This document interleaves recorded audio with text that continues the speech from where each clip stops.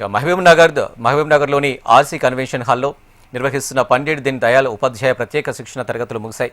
ముగింపు కార్యక్రమానికి BJP MP Etela Rajender హాజరయ్యారు. భారతీయ జనతా పార్టీ కేవలం ఎన్నికల కోసం ఏర్పడిన పార్టీ కాదని, దేశభక్తి, జాతీయత, భారతీయ సంస్కృతి పునాదులపై నిర్మితమైన రాజకీయ ఉద్యమమని స్పష్టం చేశారు ఎంపీ ఈటెల. దీన్ దయాళ్ ఉపాధ్యాయ చూపిన మార్గంలో జనసంఘ్ నుంచి బీజేపీ వరకు పార్టీ ప్రయాణించిందన్నారు. తెలంగాణలో కాంగ్రెస్ ఎన్నికల హామీల అమలులో విఫలమైందని ఆరోపించారు. కాంగ్రెస్ ప్రభుత్వం ప్రజలకు ఇచ్చిన హామీలు నెరవేర్చే వరకు బీజేపీ ప్రజల పక్షాన పోరాడుతుందని ఎంపీ ఈటెల హెచ్చరించారు. ఆ పార్టీని చూసినాం మేము 10 ఏళ్ళు, ఈ పార్టీని చూసినాం.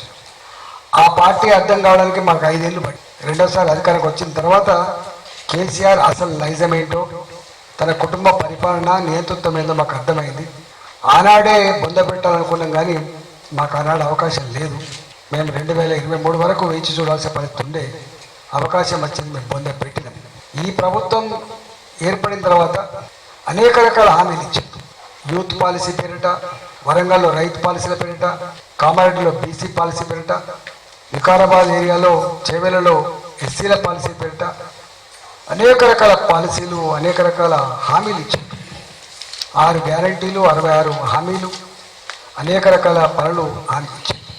కొండ నాలుకకు మందేస్తే ఉన్న నాలుకకు పోయినట్టుగా ఇవాళ ఈ సమస్యలు, కొత్త హామీలు దేవుడెరుగు, పాత సమస్యలు కూడా పరిష్కరించలేక ప్రజాక్షేత్రంలో వెలికిల పడ్డ పార్టీ ప్రభుత్వం ఇవాళ రేవంత్ రెడ్డి